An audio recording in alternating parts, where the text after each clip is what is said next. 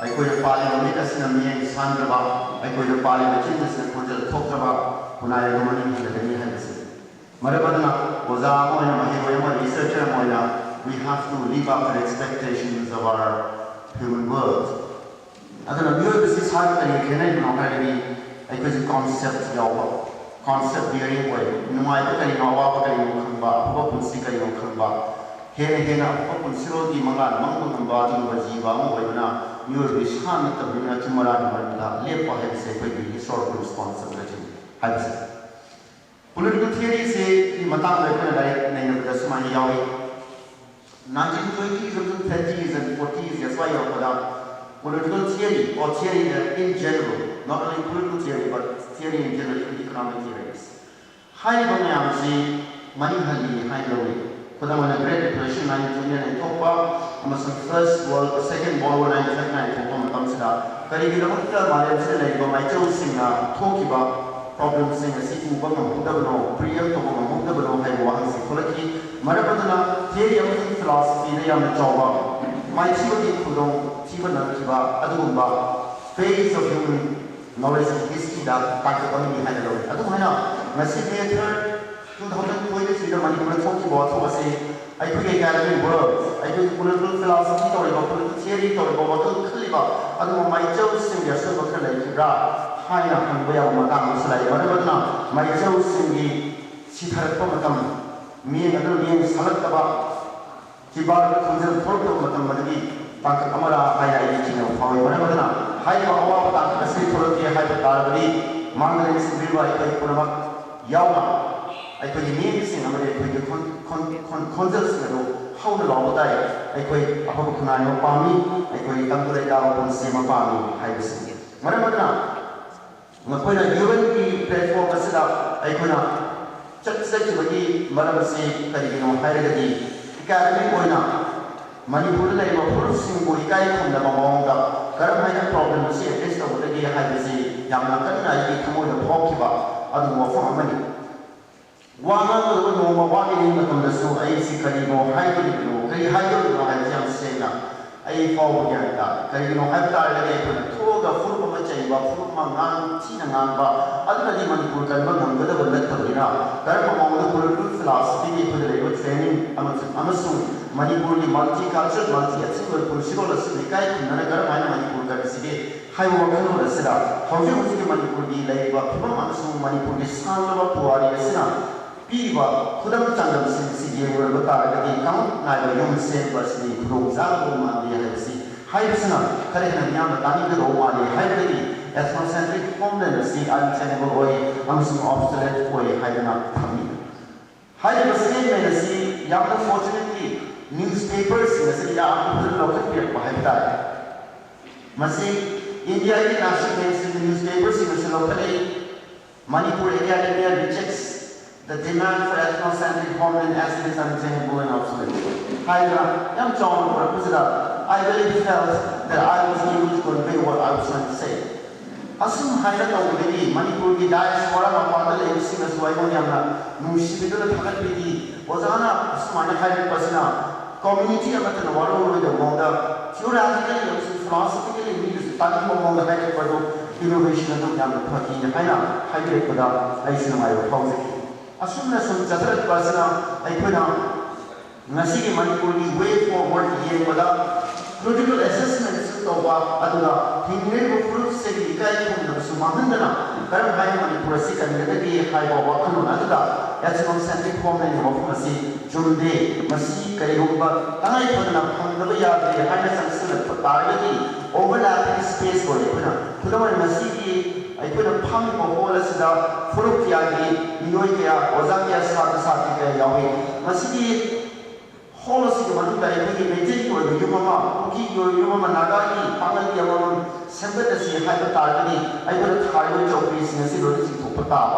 I put a pump of Pussy in Tokatava, Madri, I gave him a Pussy, solid persona, overlapping spaces, and the kind of one person, Mundabi, the 40. 하이는 말한 거리가 ethnocentric homeland고 양나 타고를 이긴리바 아두고 politics 거리바 라모리고 양나 마시고 워크스에 타고보나 플레이 하이버시 아이에 제법 하저니 아이는 시난스고 홈 빼야서 마시기 와폼세 포카디 그다음에 하이버라 1992 18 December I repeat 18 December 1992 the Declaration of the Rights of Persons belonging to national or ethnic, religious and linguistic minorities and UN universal instrument of Laki Masidasu Kari Haibaki Haibakanda minorities in discriminate property Yade Makoi human rights category Toikum minorities in a city Punsiro se Paganda Mohanabada Labor Punsiro territory Kalsi Lola Kahila Pomatamadi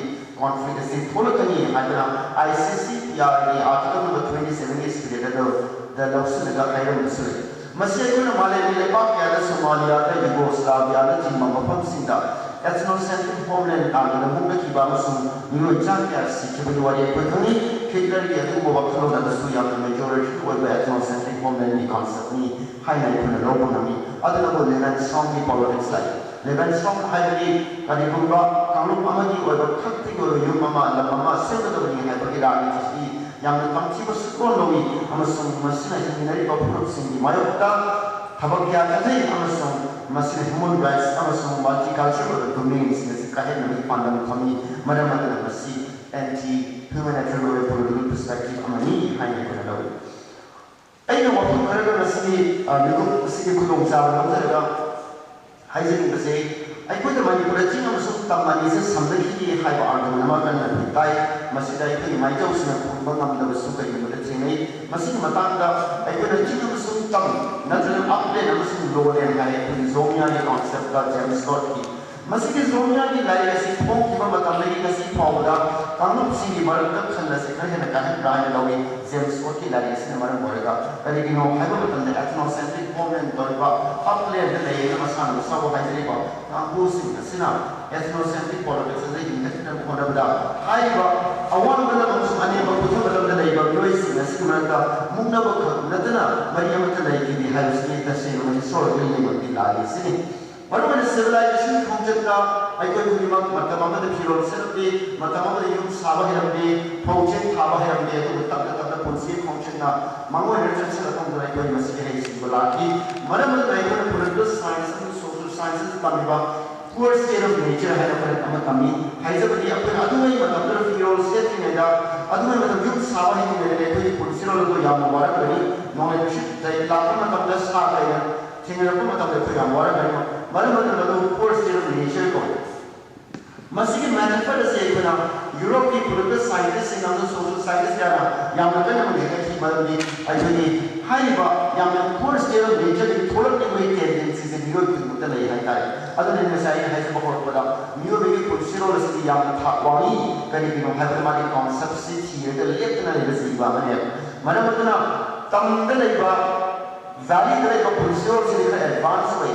Kanima Poachin Taba Helpa, Yunkai Shaba Helpa, stable Punsiro the Jankiba, other a one with a very university and Telepomatam the day, Tam the Lee Punsiro, Karamaki stable way, other one with a labor equity, Amada Hadaliba, Amada way hunting Toriba, Amada Ray, Toriba Punsiro, the study, I could be. Lakano Punsida, Masina Tantura, Punsiro, the Jota, Obi, Alina, Haibo, Kanon, the Sida, Tamamusum, Chimani connectivities, economic terms, Amasum, cultural, social terms, Amasum, diplomatic terms, Laki, Masimani Purgi, Awan, Mansumani, Madame Kundarakiba, University Punsi, Wai, Madame Madana, City. Jing Amsung Tam, Awan Mani Badi, absolute binary, ethnocentric politics, no university in the sea. Zomia, political theory as a citizen, Puturli Walker on the Sendali had said, I could say, I'm a higher than me, higher couldn't, some couldn't, Santa Marasu. I could even on the higher now. Nasi ethnocentric homeland was celebrated about universities like the people responsibility. What is the problem with the ethnocentric political perspective? I correct once again. Manipurna Madam Sanga, Tahi Visin Kara Yamada, state making process and Salakibasi, ethnocentric of the state making process, and the Nanki and the Manuela Manipur High Wakalon Simati ethnocentric Weba, Wakalon Amanate, Furu Amakati Weba, Zati Amakati Weba, Adu Wakalon Amanate, Master Furpia Kunda, some modern skate making process that could have been seen now. Adu Kinabam, Tasilaga, identity of Manipur, identity of form to one Nampagi, Adu Matix and I could be considered the Yauki, High City Pramana, so I could delay. Adu Nasi in 1949, Matunda. Sanksila Manipur the Kanko and Awang Big Awang Big Laki ethnocentric to Lucy, Amazon Nasina, Macau Legacy Labor, ethnocentric Anisina, Manipur the Punsiro Church Kibari, Count Masili Marta and Makanda, Yamaka and Sinati, Manda, Dario, Homani. Aside has about I do not Kanuki Wakalo, a sinner, they pass seven of the Haya, Sunset, Ibarumba, Rani, Hutton Singasi, my future is a Karino, Hagadi, Todora Lady, and Lozani. Masidi, put up Santa Masima Sai, Pandem, Awang, Silapurusha, Masidi Yama, Marai, Terapuni, Monimus, Bai, other would know the secret of Makara, Silakabu, Hizogi, ethnocentric home and the ideas, so Madame, you don't know the school about problems here, Tolkani, Hani, Mammy in the school, I couldn't move up on it. Hani, Bahasulay, Madame, Apagi, Roger, Brubaker, philosopher, Malay, Man, Haimakamda, ethnocentric home and politics as the Akam Nabamui, Karana, Mrs. Sustain, Donapone, Motano, Hagani, Masiki, politics, Kamu, Mio, Karani, Kanabapani, Heights. Kudamoya, Haimakam, I point out the Simiku Amayola, I could count Naga Wakano that we put it a sea, Hanarasi, Masirani, Masi Kanabsikana, Pampi, Haiti, Mitchell, the Pampi. Maramana, ethno-political entrepreneur, ethno-political entrepreneurs, High Blue-Baggery, ethno-political entrepreneurs, Tolly, Amasun Makoina, Henderson as absolute over. Absolute over, we have may take a cookie of a year and they had a woman. Pangayo, we take a year and they had a woman. Nothing in another cookie, Amatarism, and they had a woman. Thesis is Hadada, conflicts in the sustained massive political absolute construction of binaries. Other see absolute construction of binaries, the Kanaka had the Nasai elite, the Saidi ethnopolitical economics, Kanir. Masida has a very very ethnopolitical economics is a problem like hypothetical. Kunaya Leva, Yamna Tana Leva, Cannabis Makuna, Namsa Legatam. I assume he is about his about the Lamni Manipurse, his about the legacy of the labor Lamni, other 1930s, 1940s, and 50s, and Paswa is involved. Manipur classic question, Yam Chowder, classic question. Haibani, Senjau Paiva, Amasun, Senjau Paiva, Newest, Marata labor questions, Yam makes it open. Otherwise, take a Matanda, Kamuki, Iran, come to Makalo, Luxin, Kimberley, Lapaki, Hatanada, Masiki, Society, Makar, Leva, Other Makinabisi, Namsin, the ethnopolitical entrepreneurs, Yamakas, Honey, I come to be money, Panzani, that will be slightly not unwanted here. Very no hammer of the Masaki religion is religion season Rapamanda, identity season Rapamanda, culture season Rapamanda, society Manu Dere, Paobakan, Ani Awani, Awa, Badmaiba, Ani Markaleba, domination, Martians of the high class questions, nothing like this. I ethnocentric politics of US political philosophical background, hypothetical, Makoina, Tamdana, high classic questions, nothing high. Maramana, classic question, Mantabasana, Neo Pamaya, Kunai, ethnicity, also culture, Hidax, Pizarega, Pantana, coming high. Maramana, Manipura, Toiba, Kadalibas, so other ethnicity, Hidax, Pizarega, Kunai, Pantanaga, Himina, Popul, 60 Malaysia, Hadalaga, Mugaba, sustained Tobini, Hydrocy. Karima, Haiba, I do ethnicity, Masiki Kalasi to Bayaga, Kunai, Mandaleva, and name of one you put through the mother ethnic politics only that would be completely the end game of the ethnic political entrepreneurs. Asum Sansilat Pasina, Nasi, I am a Pamasida, Matamkara, Wana, Java Pamasida, I am Haisan University, Manipuri, Nasi Laiba, Pulsiro the Sida, I could academic community now, Kari Tokam, locally high questions, young job. I am going to Haisan journey at the University Isabani, Ozama Yamsana, article Yamati, article was a government high social transformation in the Electaba. My service conditions in the fulfilled on the Electaba. That is the biggest challenge. But the answer I couldn't use the second norms, now to fulfill Tawabala. Because service conditions in fulfilled Tawabala, we are forgetting our responsibility towards the transmission of our society. Masi awat position Tabatara. I could have parled with Scarlet, I could have parled with Chinsi Artis. Madame, I could concentrate in Hadabo, concentrating or hypersea. Madame, I could university the Laiba, I convey Kayumala, I point out the sea perspectives, I am a pump gather, tumble every day with Muxida.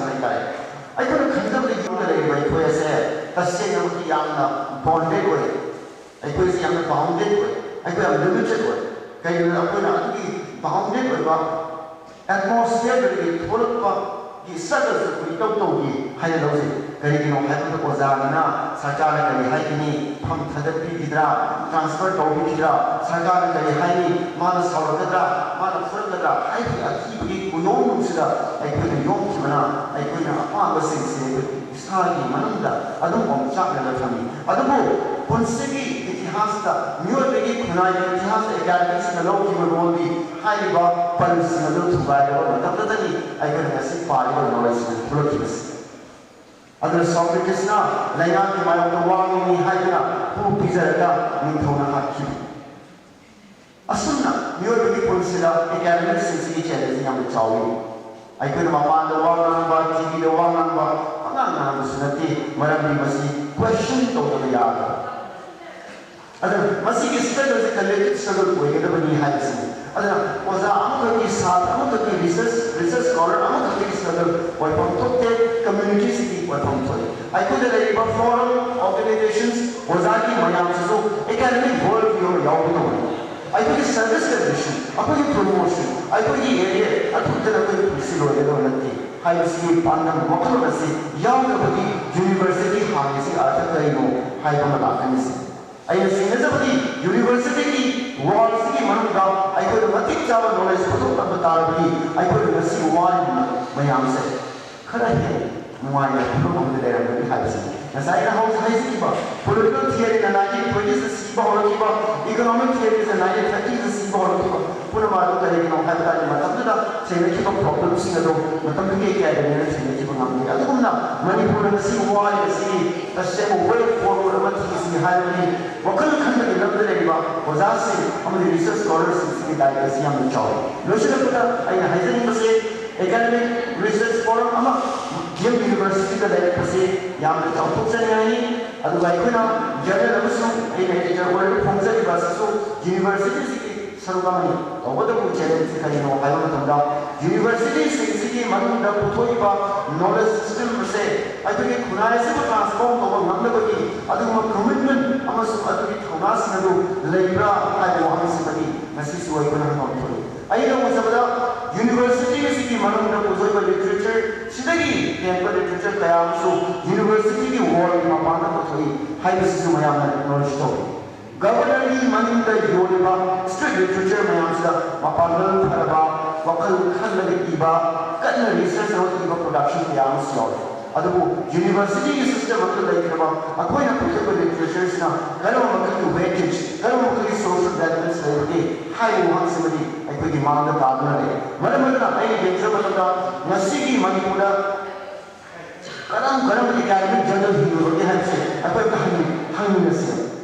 Name any academic journal that is in existence in the university campuses. May it be Manipur University, may it be GM University, or may it be any other university within the state of Manipur at least. I think very less, almost nil like this. Why? But it doesn't mean that journals are not produced here in the state. These journals are being produced largely outside the walls of the university. See, challenges mayamsi ozasi ko ila to nazai I family member I'm not trying to give any lecture to anybody. The only thing is that I should and we should have the guts to speak out what we feel. And we should rescue ourselves from the tragic fact of being always seeking the improvement of our service conditions. And our writings are not supposed to be for service conditions betterment. It should be for social transformation and taking a position. Taking a position towards saying what is right and what is wrong. And that is the message that we need to give to our researchers and the scholars. Thank you everyone. Thank you. I can produce this all.